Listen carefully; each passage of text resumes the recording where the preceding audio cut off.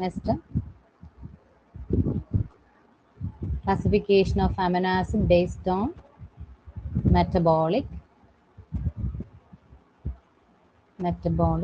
phase. Metabolic phase അനുസരിച്ച് നമുക്കിതിനെ മൂന്നായിട്ട് ക്ലാസിഫൈ ചെയ്യാം. ഒന്ന് പ്യുവർലി കീറ്റോജനിക് ആയിട്ടുള്ള amino acid, then both glucogenic and ketogenic, both ketogenic and glucogenic,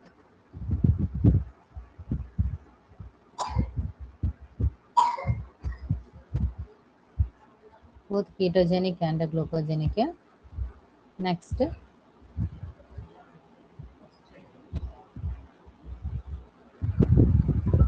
glucogenic. ഇത് പഠിക്കാനൊരു കോഡുണ്ട്. ആദ്യം നമുക്ക് പ്യുവർലി കീറ്റോജനിക് ഏതാന്ന് നോക്കാം.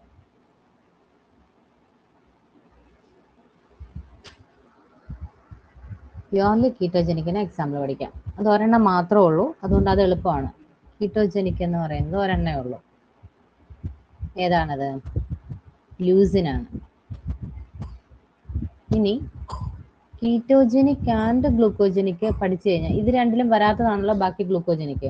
Ketogenic and glucogenic. എന്താണ് കീറ്റോജനിക് അല്ലെങ്കിൽ ഗ്ലൂക്കോജനിക് എന്ന് പറഞ്ഞാൽ amino acids that converted to acetyl CoA. Amino acid acetyl CoA ആയിട്ട് കൺവേർട്ട് ചെയ്യും.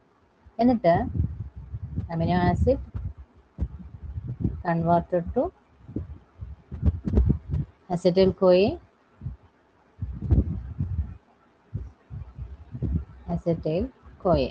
അപ്പൊ അത് ഏത് പാത്വേ വഴിയായിരിക്കും? കീറ്റോജനിക് പാത്വേ വഴിയാണെങ്കിൽ അത് കീറ്റോജനിക് അമിനോ ആസിഡ്.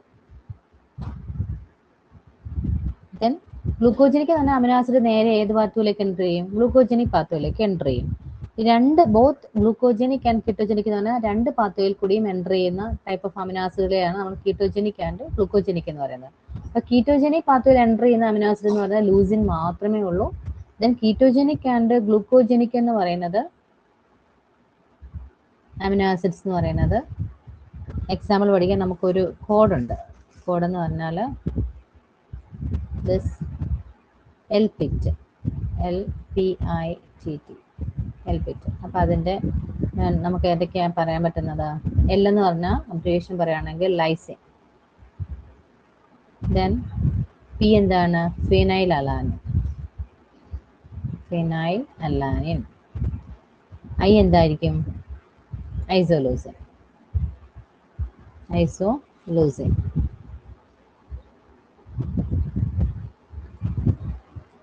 ടി എന്താണ്? തൈറോസിൻ. നെക്സ്റ്റ് ടി എന്താണ്? Tryptophan. Okay.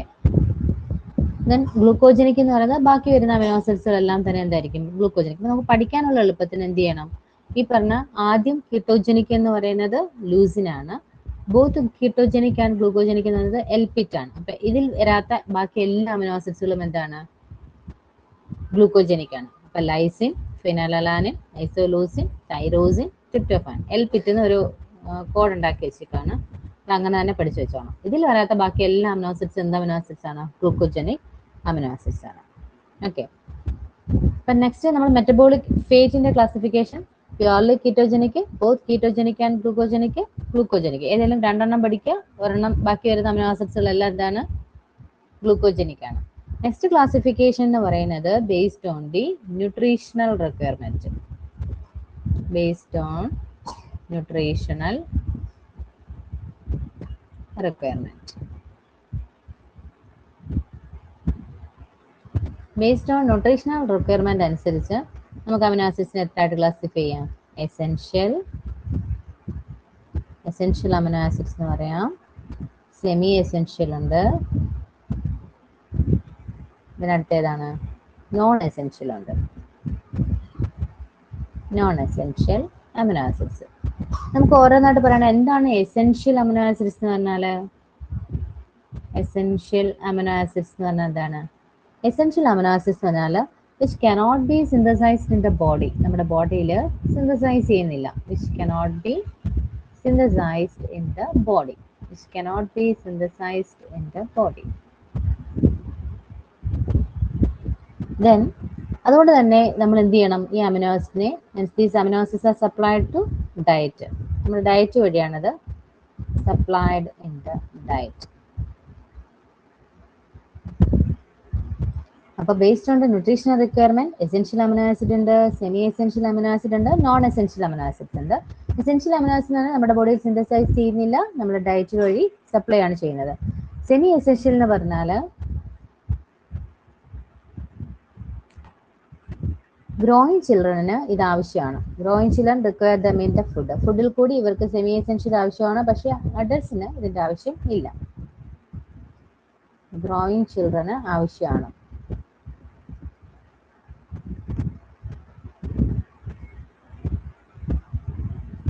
Then not essential in adults. Not essential in adults. അഡൾട്ട്സിന് ആവശ്യമില്ല. ദെൻ നോൺ എസെൻഷ്യൽ എന്ന് പറഞ്ഞാൽ എന്തായിരിക്കും? Which can be synthesized in the body. നമ്മുടെ ബോഡിയിൽ സിന്തസൈസ് ചെയ്യുന്നുണ്ട്. Synthesized in the body. ഇപ്പോൾ നമ്മുടെ ന്യൂട്രീഷണൽ റിക്വയർമെന്റ് ക്ലാസിഫിക്കേഷൻ ഒരു ഐഡിയ കിട്ടി കാണും. 3 ടൈപ്പാണുള്ളത്: essential amino acid, semi essential, non essential. Essential amino acids എന്ന് പറഞ്ഞാൽ which cannot be synthesized in the body. അതുകൊണ്ട് തന്നെ നമ്മൾ എന്ത് ചെയ്യും? പിന്നെ supplied in the diet. Then ഈ അമിനോ ആസിഡ് നമ്മൾ ഡയറ്റ് വഴി കൊടുക്കണം. സെമി എസെൻഷ്യൽ എന്ന് പറഞ്ഞാൽ ഗ്രോയിങ് ചിൽഡ്രൻസിന് മാത്രം ഇത് റിക്വയർഡ് ആണ്, ആവശ്യമുള്ളത് കൊണ്ട് തന്നെ. അതുകൊണ്ട് അവർക്ക് എവിടെ നിന്ന് കിട്ടുന്നത്? Require them in the food വഴി അവർക്ക് അത് ആവശ്യമാണ്. പക്ഷേ നോട്ട് എസെൻഷ്യൽ ഇൻ ദ അഡൾട്ട്സിന് ഇത് ആവശ്യമില്ല. നോൺ എസെൻഷ്യൽ എന്ന് പറഞ്ഞാൽ എന്താണ്? നോൺ എസെൻഷ്യൽ എന്ന് പറഞ്ഞാൽ നമ്മുടെ ബോഡിയിൽ സിന്തസൈസ് ചെയ്യുന്നുണ്ട്, നമ്മളതുകൊണ്ട് പുറത്തുനിന്ന് സപ്ലൈ ചെയ്യേണ്ട, ഡയറ്റ് വഴി കൊടുക്കേണ്ട ആവശ്യമില്ല. Non essential. ഇപ്പൊ നമുക്കത് ക്ലാസിഫിക്കേഷൻ ഏതൊക്കെയാണെന്ന് നോക്കാം. ബാക്കിയെല്ലാം എഴുതി കഴിഞ്ഞല്ലോ അല്ലേ?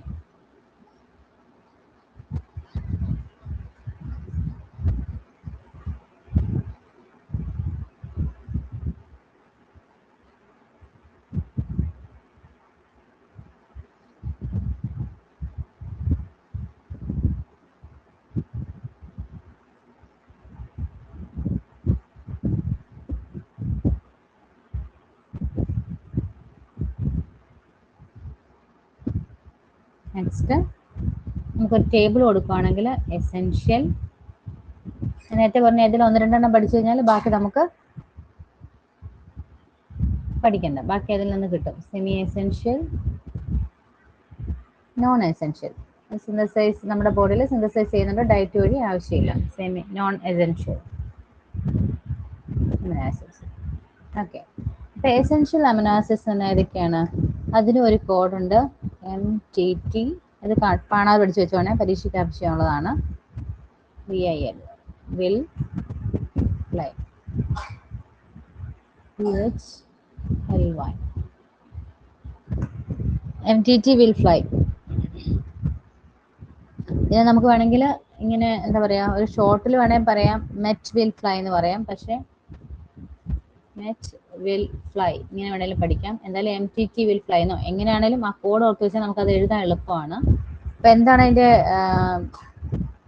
എക്സ്പാൻഷൻ എന്ന് പറയാം? M എന്ന് പറഞ്ഞാൽ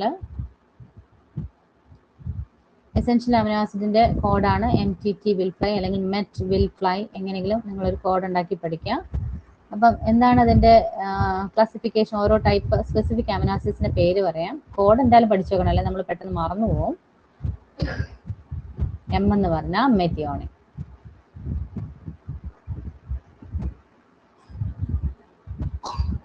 M എന്താണ്? മെത്തിയോണിൻ. മെത്തിയോണിൻ. T എന്താണ്? ആദ്യത്തെ first T threonine. Next T tryptophan. V എന്താണ്? MTTയുടെ 3 കിട്ടിയില്ലേ? Methionine, threonine, tryptophan. Essential amino ആസിഡ്സിന്റെ ഗ്രൂപ്പാണ് ഈ പറയുന്നത് കേട്ടോ. നെക്സ്റ്റ് വിൽ എന്താണ്? വില്ലിനകത്ത് വരുന്നത് വലൈൻ, എളുപ്പമാണത്. Valine, isoleucine, leucine. നമ്മുടെ ബ്രാഞ്ച് ഇട്ട് ചെയ്യും അമിനോ ആസിഡ്സ്. Isoleucine, leucine. 3 ആയല്ലോ. അപ്പം MTT വിൽ ഫ്ലൈ. ഏതൊക്കെയാണ് വരുന്നത്? Phenylalanine, phenyl alanine, lysine, LYSIN, lysine, then histidine.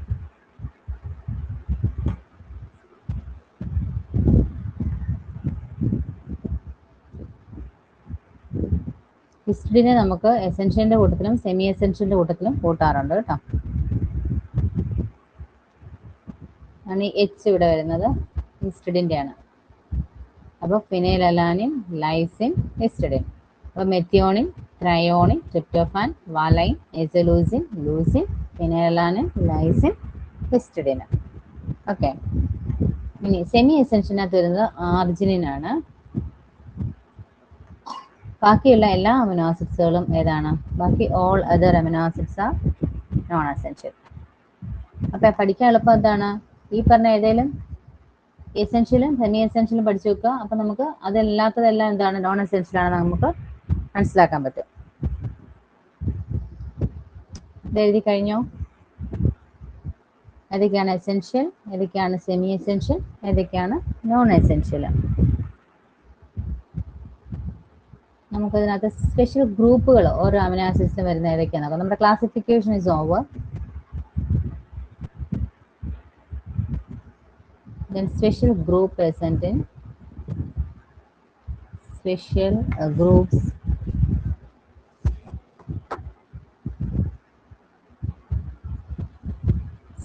groups present in amino acids. ഓരോ അമിനോ ആസിഡ്സിനകത്തും ഓരോ സ്പെഷ്യൽ ഗ്രൂപ്പ് ഉണ്ട്. അത് നിങ്ങൾക്കറിയാം. ഇപ്പം ആർജിനകത്താണെങ്കിൽ ഏത് ഗ്രൂപ്പാണുള്ളത്? ആർജിനകത്തുള്ളത് NE ആണ് ആർജിനിൻ. ആർജിനകത്ത് വരുന്നത് ഗ്വാനിഡിയം ഗ്രൂപ്പാണ്. GUANIDI, guanidium group. ഇത് പഠിച്ചു വെക്കണേ. ഫിനൈലിനകത്ത് അടങ്ങിയിട്ടുള്ള ഗ്രൂപ്പ് എന്ന് പറയുന്നത് ഫിനൈൽ അലാനിൻ. അതിനകത്ത് അടങ്ങിയ ഗ്രൂപ്പ് എന്ന് പറയുന്നത് ബെൻസീൻ ആണ്. ബെൻസീൻ. തൈറോസിനകത്ത് അടങ്ങിയിട്ടുള്ളത് ഫിനോൾ ആണ്. Tyrosine, phenol. ഇത് എന്തുകൊണ്ടാണ് ഇത് പഠിക്കേണ്ടതെന്ന് വെച്ചാൽ കളർ റിയാക്ഷൻസും എസ്റ്റിമേഷൻസും വരുമ്പം ഗ്രൂപ്പ് റിയാക്ഷൻ നടക്കുന്നത് ഈ പറഞ്ഞ സ്പെഷ്യൽ ഗ്രൂപ്പുകളുമായിട്ടായിരിക്കും കോമ്പൗണ്ടുകൾ ഫോം ചെയ്യുന്നത്. അപ്പോൾ ആർജിനകത്ത് അടങ്ങുന്നത് ഗ്വാനിഡിനിയം കോമ്പൗണ്ട് ആണ്. ഫിനൈൽ അലാനിൻ ബെൻസീൻ ആണ്. തൈറോസിനകത്തുള്ളത് ഫിനോൾ ആണ്. ഹിസ്റ്റഡിനകത്തുള്ളത് ഹിസ്റ്റഡിൻ ഇമിഡാസോൾ ആണ്. ഇമിഡാസോള്. പ്രൊലീന് ഏത് റിംഗ് ആണെന്ന് ഞാൻ കഴിഞ്ഞ ദിവസം പറഞ്ഞതാണ്. ഏതാണ്? പൈറോലഡിൻ. PYROLIDIN, പൈറോലഡിൻ. ദെൻ മെത്തിയോണിനകത്ത് ഏതാണ് ഗ്രൂപ്പ് ഉള്ളത്? മെത്തിയോണിൻ. മെത്തിയോണിനകത്തുള്ളത് തയോ ഈതർ ലിങ്കേജ് ആണ്. Thio ether linkage. ദെൻ ട്രിപ്റ്റോഫാനകത്തുള്ളത് നിങ്ങൾക്ക് ഓൾറെഡി അറിയാം. ട്രിപ്റ്റോഫാനകത്ത് ഇൻറ്റോൾ ആണുള്ളത്. ഇൻറ്റോൾ. ദെൻ സിസ്റ്റീനകത്തുള്ളത് ആ ലിങ്കേജ് പഠിച്ചു വെക്കണം. SH ആണ്. SHനാണ് എന്താണ്? Thio alcohol. Thio alcohol, SH linkage. Okay. അപ്പോൾ ഈ സ്പെഷ്യൽ ഗ്രൂപ്പ് ഇമ്പോർട്ടൻ്റ് ആണ്. ആർജിനകത്ത് ഗ്വാനിഡിനിയം, ഫിനൈൽ അലാനിൻ ബെൻസീൻ ആണ്. Tyrosine phenol, histidine imidazole, proline pyrrolidine, methionine thio ether linkage, tryptophan indole, cysteine thio alcohol. ഇത് ഇമ്പോർട്ടൻ്റ് ആണ്. നോട്ട് ചെയ്ത് വെക്കണേ.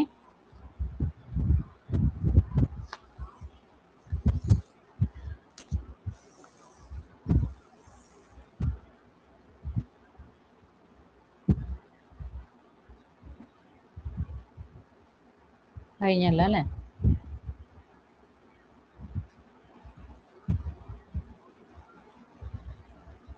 മൊത്തം 20 അമിനോ ആസിഡ്സ് ആണ് നമ്മളിപ്പോൾ ക്ലാസിഫിക്കേഷൻ പറഞ്ഞിട്ടുള്ളത്. നമുക്ക് ലേറ്റസ്റ്റ് ആയിട്ട് റീസെൻ്റ് ആയിട്ട് 21st and 22nd amino acids കണ്ടുപിടിച്ചിട്ടുണ്ട്. അപ്പോൾ അതിൻ്റെ പേരുകളൊന്ന് ജസ്റ്റ് പഠിക്കണം. ഈ ഗ്രൂപ്പിൽ പെടാത്ത 2 അമിനോ ആസിഡുകളുണ്ട്.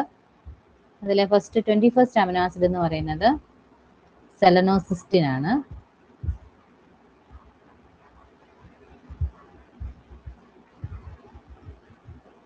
നമ്മൾ ഓൾറെഡി എല്ലാ അമിനോ ആസിഡ്സിനെയും ക്ലാസിഫിക്കേഷൻ 20 അമിനോ ആസിഡ്സിനെയും പറഞ്ഞു.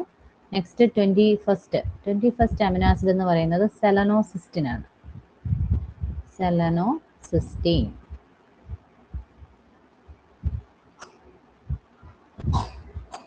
ഇതിന്റെ പ്രിക്കോസർ എന്ന് പറയുന്നത് സെലനോസിസ്റ്റിന്റെ പ്രിക്കോസർ എന്ന് പറയുന്നത് സെറീൻ ആണ്.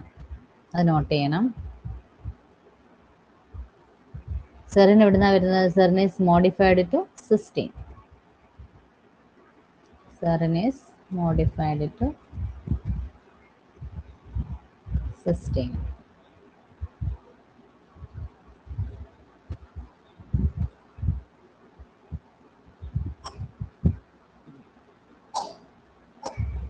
സെക്കൻഡ് അമിനോ ആസിഡ് എന്ന് പറയുന്നത് പൈറോലൈസിൻ ആണ്. പൈറോലൈസിൻ. ഓക്കെ, അപ്പൊ ഇത് രണ്ടും ഒന്ന് പേര് പഠിച്ചു വെച്ചേക്കാം. സ്പെഷ്യൽ ഗ്രൂപ്പ് പഠിച്ചു കഴിഞ്ഞോ?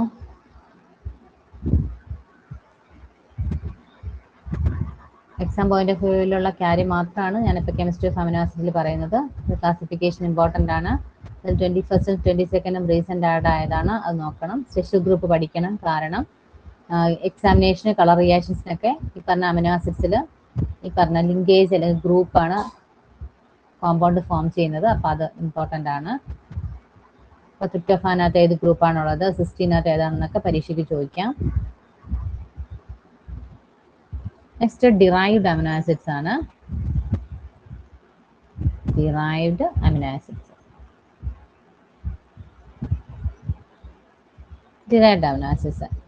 അപ്പം ഈ പറഞ്ഞ പോലെ നമ്മളൊരു കോമ്പൗണ്ട്, ഇപ്പം പ്രോട്ടീൻസ്, ഇപ്പം അമിനോ ആസിഡ്സ് ഒക്കെ പലതും നമ്മൾ പറഞ്ഞു. അതിൽ നിന്നുണ്ടാവുന്ന next amino acid derived derivatives amino ആസിഡ്സിന്റെ ഫോം. അത് പല ഇപ്പം എവിടെ ഏത് കാർട്ടിലേജ് ആണ്, കൊളാജനിൽ, മയോസിൽ, ഇതൊക്കെ ഇതിന്റെ ഡെറിവേറ്റീവ്സ് അല്ലെങ്കിൽ അതിൽ നിന്നുണ്ടാകുന്ന ഡിറൈവ്ഡ് കോമ്പൗണ്ട്സ് ഏതൊക്കെയാണ് നമുക്ക് പറയാം. ഒന്ന് 4-ഹൈഡ്രോക്സി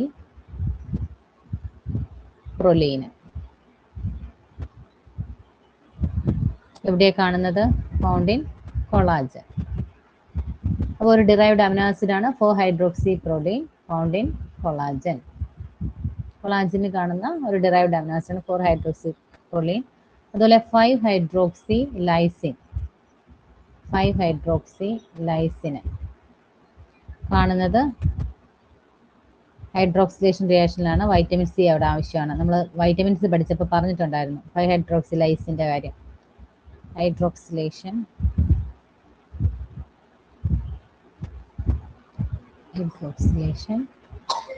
reaction, vitamin C needed. Next derivative എന്ന് പറയുന്നത് മീഥൈൽ ലൈസിൻ ആണ്. Methyl lysine found in myosin.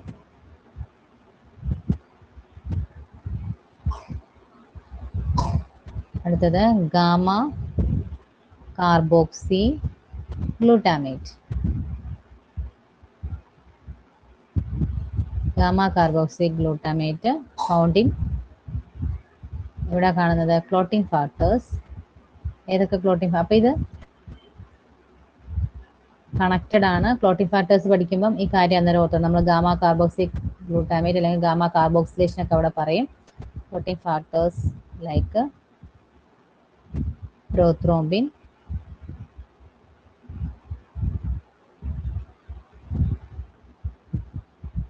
That bind calcium. രണ്ട് ക്വസ്റ്റ്യൻ ഒളിഞ്ഞിരിപ്പുണ്ട്. That bind calcium. അപ്പോൾ ഇവിടെ എന്താ ആവശ്യമാണ്? വൈറ്റമിൻ കെ ഇവിടെ അത്യാവശ്യമാണ്. Vitamin K is needed for, നമ്മൾ പഠിച്ചിട്ടുള്ളതാണ്. Vitamin K is needed for gamma carboxylation. അന്നത്തെ ക്ലാസ്സിൽ ഉണ്ടായിരുന്നവർക്ക് ഓർമ്മ ഒന്നാണ്. വൈറ്റമിൻ കെയുടെ ക്ലാസ് പഠിച്ചിട്ടോ, ഗാമ കാർബോക്സിലേഷൻ. നെക്സ്റ്റ് ഡെറിവേറ്റീവ് ആണ്, ഡിറൈവ്ഡ് അമിനോ ആസിഡ് ആണ് cystine. Found in proteins with a disulfide bond. Found in proteins with disulfide bond.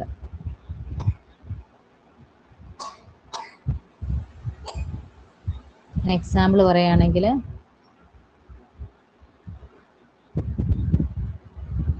Insulin, immunoglobulin. ഇമ്യൂണോഗ്ലോബുലിനൊക്കെ നമ്മൾ ഈ ഡൈസൾഫൈഡ് ബോണ്ട് ഉള്ളതാണ്, സ്ട്രക്ചർ പഠിച്ചതാണ് ഇമ്യൂണോഗ്ലോബുലിൻ. ഇനി അടുത്തത് ഇതിനകത്ത് ഒരു എണ്ണം കൂടെ ഉണ്ട്, ഡെസ്മോസിന്, ഒരു ഡിറൈവ്ഡ് അമിനോ ആസിഡ് ആണ്.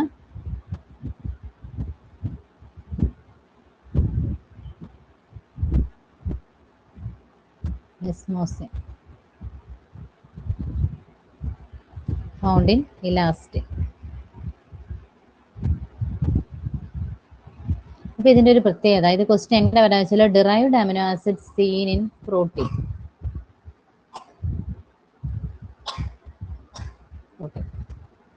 ചില പ്രോട്ടീനേഷ്യസ് കോമ്പൗണ്ടിൽ കാണുന്ന അമിനോ ആസിഡ് ഡെറിവേറ്റീവ്സ്. അപ്പോൾ ഇതിൽ 4-ഹൈഡ്രോക്സി പ്രൊലീൻ്റെ ഒരു ഡെറിവേറ്റീവ്സ് ആണ് 4-ഹൈഡ്രോക്സി പ്രൊലീൻ. അത് കൊളാജൻ പ്രോട്ടീൻ ആണ്, ഫൗണ്ട് ഇൻ കൊളാജൻ. അതുപോലെ five hydroxy lysine.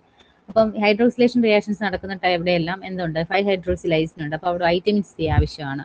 Methyl lysine found in myosin. Gamma carboxy glutamate protein factors like prothrombin, അത് കാൽസ്യത്തിനെ ബൈറ്റ് ചെയ്യുന്ന ടൈമിൽ ഈ പറഞ്ഞ ഗാമ കാർബോക്സി ഗ്ലൂട്ടാമേറ്റ് ഇവിടെ വേണം. അതുപോലെ തന്നെ ഗാമ കാർബോക്സിലേഷൻ റിയാക്ഷൻ നടക്കുമ്പം അവിടെ വൈറ്റമിൻ കെ ആവശ്യമാണ്.